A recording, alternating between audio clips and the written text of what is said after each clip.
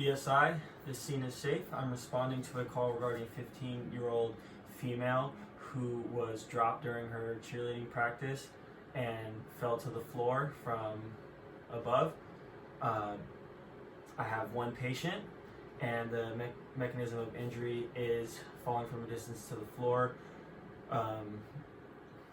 And based off of the mechanism of injury, I'm going to apply C-spine. I'd have one of my partners then hold C-spine in place while assessment of the patient.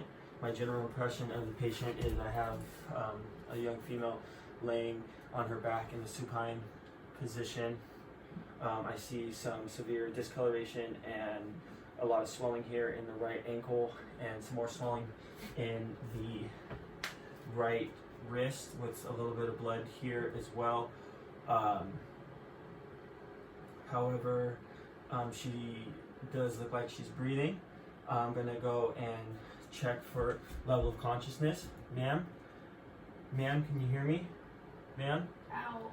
Okay, so she responds to pain, and I'm going to, the chief complaint is going to be this, the swelling and discoloration in this ankle, and I'm going to go ahead and assess the airway, breathing, and circulation.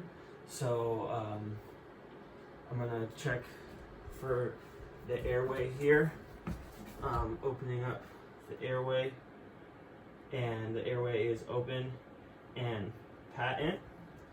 I'm then going to listen to her lungs while I look for adequate chest rise and fall, bilateral chest rise and fall.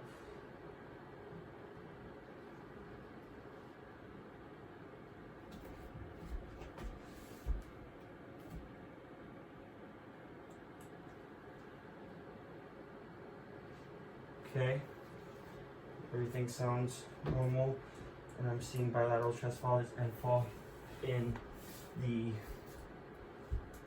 chest. I'm going to check the pulse here, and I have a strong pulse, and the skin appears to be pale and a little diaphoretic. She's a little sweaty, and I do see a little bit of bleeding here on the right arm.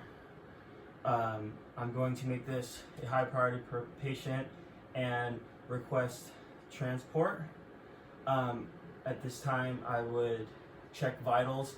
Once again, getting her blood pressure, getting her pulse, her beats per minute, and assessing her respiratory system or respiratory rate and quality. So getting her breaths per minute and her the quality of those breaths, and then I would go through the sample, but since she's not responding, I'm going to go ahead and go through my head to toe.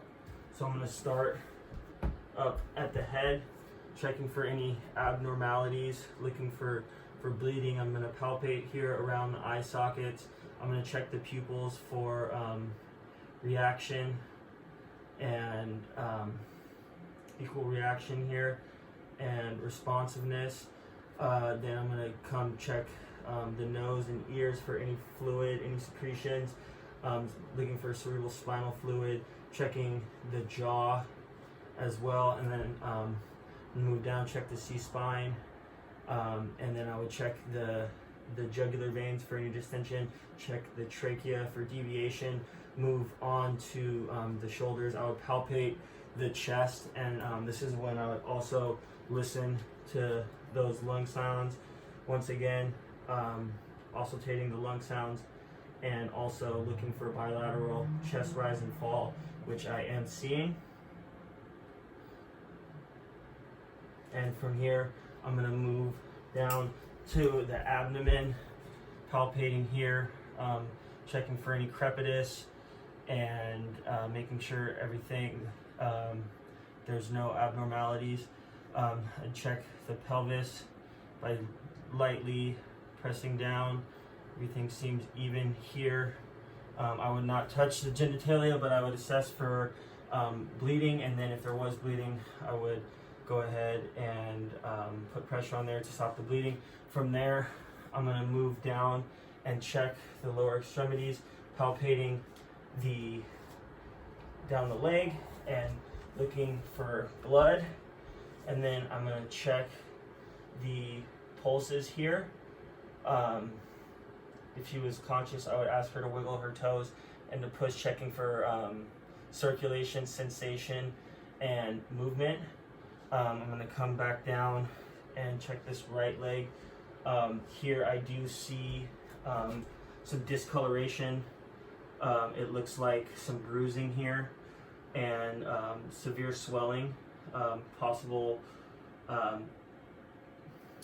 hyperextension, and even dislocation of the ankle here. I'm going to come back up and check the upper extremity, checking for blood. No blood on this arm. I would check her pulse, and again, looking for sensation, looking for circulation, sensation, and movement. And then I'm going to check this right arm as well. I do have some blood up near the elbow and swelling here by this right wrist, and I do have a pulse, so a strong pulse. And at this point, I would get my partners to help me log roll the patient towards me and on heads count, and then check the thoracic and lumbar spine, and move down and check the legs as well, and then log rolling her on to a backboard, but based off onto a longboard.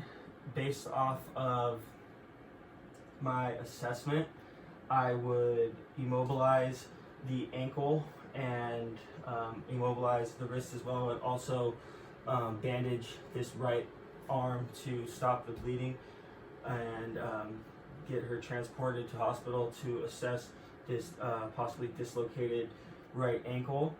And I would reassess this patient every 5 minutes, checking going through my primary and secondary assessments, checking her vitals, her blood pressure, her respiratory rate and quality, and her pulse as well.